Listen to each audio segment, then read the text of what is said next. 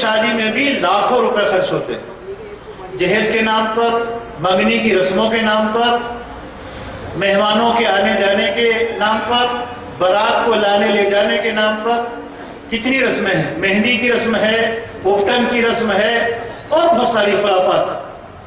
کبھی ہم نے غور کیا کہ کیا یہ ساری چیزیں اللہ کی کتاب میں لکھی ہیں؟ کیا یہ ساری چیزیں سنت نبوی میں موجود ہیں؟ نبی صلی اللہ علیہ وسلم نے کیسے شادیاں کی؟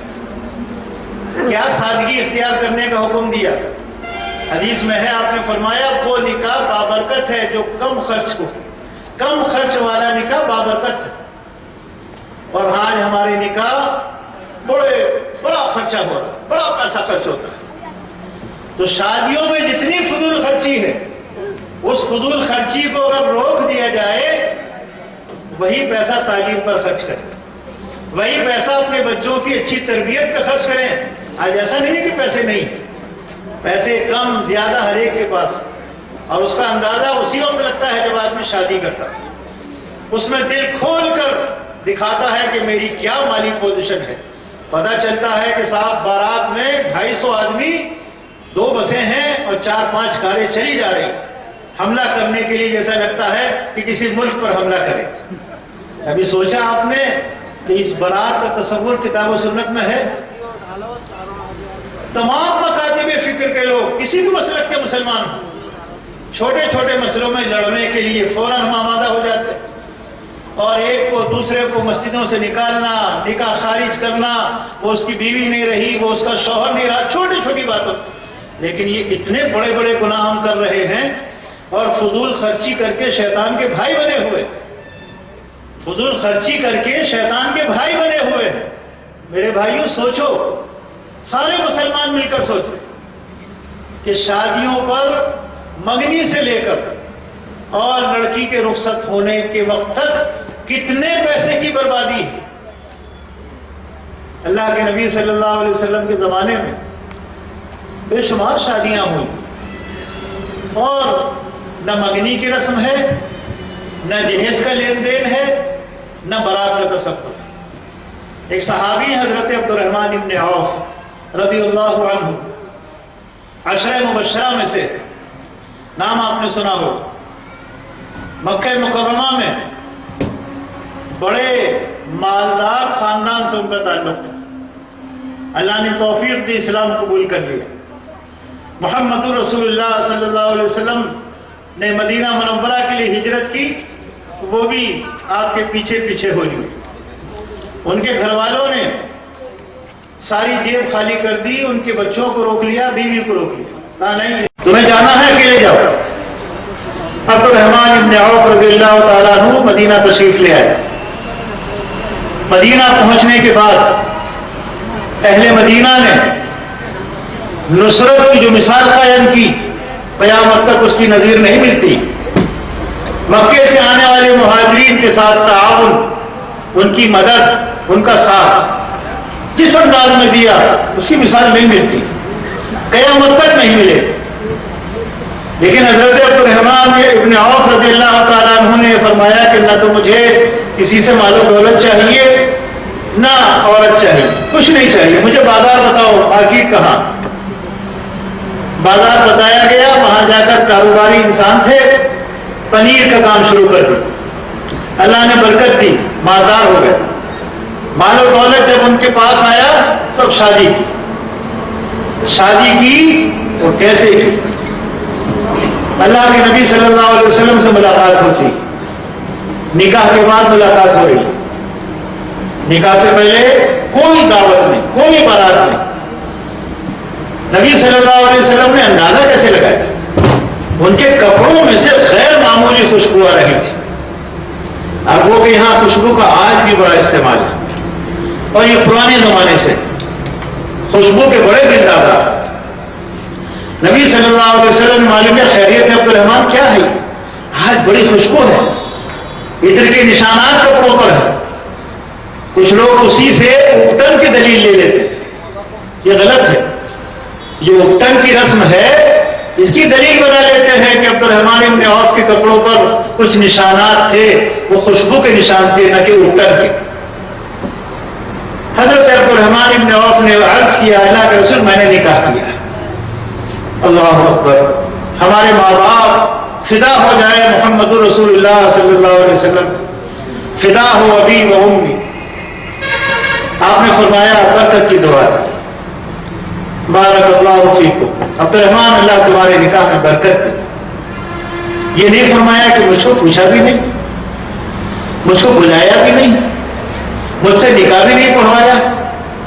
میں ہوتا اور میرا کوئی دوست، میرا کوئی ساتھی شادی کرتا اور مجھے نہ بلاتا تو میں کتنا ناراض ہوتا، کتنا بگڑ جاتا اس میں.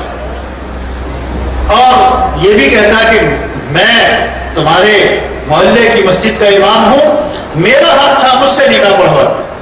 تم نے نکاح بھی کسی اور سے پڑھوا لیا، مجھے اطلاع بھی نہیں دی، بلایا بھی نہیں. ایک حرف شکایت کا محمد رسول اللہ صلی اللہ علیہ وسلم نہیں فرمایا، بلکہ آپ نے خوشی اور مسرت کا اظہار کیا، برکت کی دعا. اور اس کے بعد سوال کیا.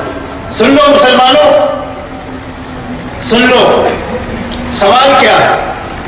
ہم میں سے کوئی ہوتا کیا پوچھتا؟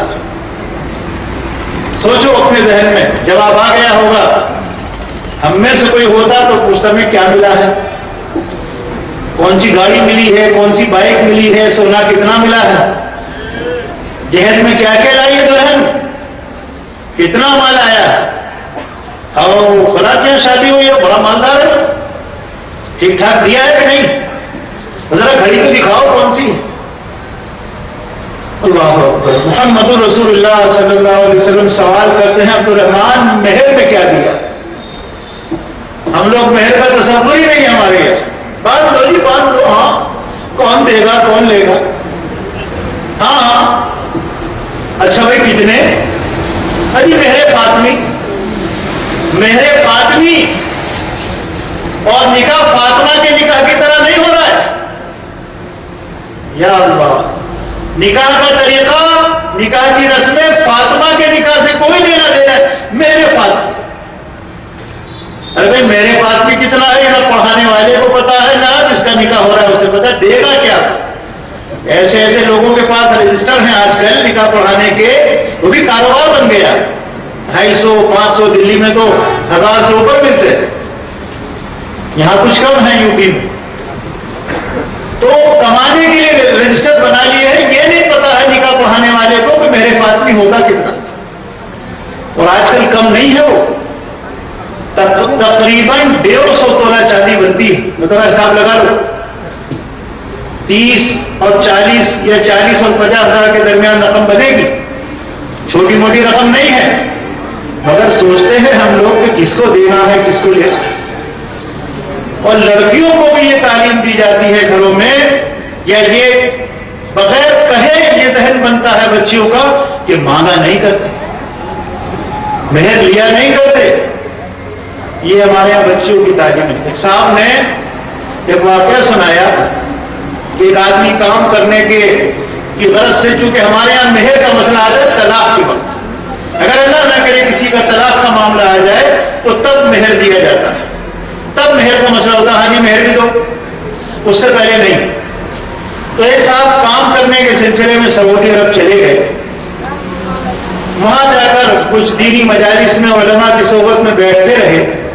تب ان کو معلوم ہوا کہ بھائی مہر تو نکاح والے دن ہی دے دینا چاہیے، یا کم سے کم جتنا جلدی ہو ادا کر دینا چاہیے.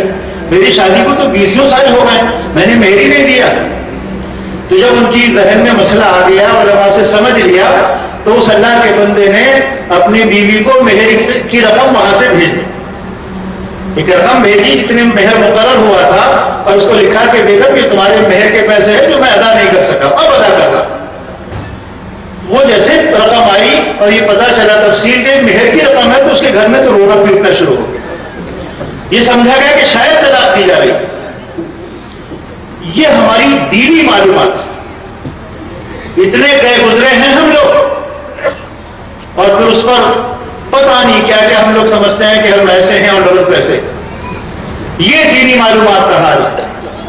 اور کیوں کہ جب ہم نے بچوں کو بنیادی طور پر دین نہیں سکھایا، دین کی تعلیم نہیں دی، ان کی ذہنی تربیت نہیں کی تو کہاں سے وہ جانے؟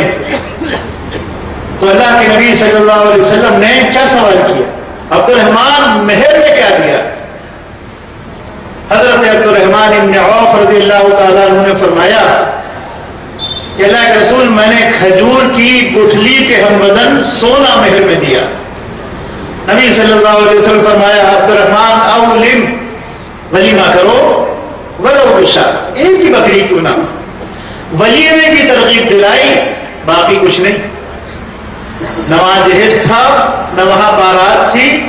ارے محمد رسول اللہ صلی اللہ علیہ وسلم سے بہترین باراتی کوئی ہو سکتا ہے، لیکن وہاں تو بارات ہی نہیں تھی۔ آج ہم اسی کے لیے ناراض ہوتے ہیں کہ مجھ کو نہیں پوچھا۔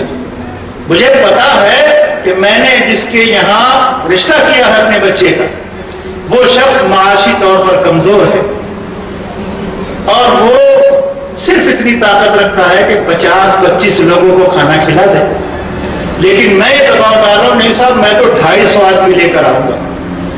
میرے بڑے تعلقات ہیں بھائی، کیا کیا ہے، رشتہ داریاں ہیں، ناطے داریاں ہیں، ملت داری ہے، فلاں ہے، اس سے کم کا تو ہو کوئی حساب نہیں۔ یعنی میں مجبور کر رہا ہوں اس بیچارے کو، اس سمجھی کو، کہ وہ 250 لوگوں کے کھانے کا انتظام کرے۔ بتاؤ اللہ کے بندو، انصاف کرو، ظلم نہیں۔ اب وہ چاروں ناچار کہیں کوئی زمین گروی رکھے گا، کہیں سے سود پر قرض لے کر آئے گا، کچھ بھی کرے گا، اپنی بچی کی شادی اسے کرنی ہے، مجبور ہے، وہ آپ کے 250 مہمانوں کو کھانا کھلائے گا۔ اور سوچ توڑنا یہ ہے کہ اچھا پوری طرح دھیان دینا چاہیے سب، میرے مہمان کے لیے کوئی کمی نہ رہ جائے، فلاں ڈش ہونی چاہیے، فلاں کھانا ہونا چاہیے۔ اللہ کے بندو سوچو، جس کے ساتھ تم نے رشتہ داری کی ہے، جس کی بچی کو اپنے گھر لا رہے ہو، کیا یہ صحیح معنی میں ہمدردی ہے اس کے ساتھ؟ کیا یہ اس کے ساتھ رحم دلی ہے؟ کیا اس کے ساتھ یہ غمخواری ہے؟ کیا یہ اخوت ہے؟ نہیں، یہ دشمنی ہے، یہ دشمنی ہے، عداوت ہے۔ میرے بھائیوں، اللہ رب العالمین نے رشتہ داروں کے حقوق ادا کرنے کا حکم دیا، رشتہ داروں کے ساتھ رحم دلی کا حکم دیا، رشتہ داروں کے ساتھ صلہ رحمی کا حکم دیا۔ ذرا غور کریں، ہم اپنے حالات پر اپنی اصلاح کریں، اپنے آپ کو سدھاریں۔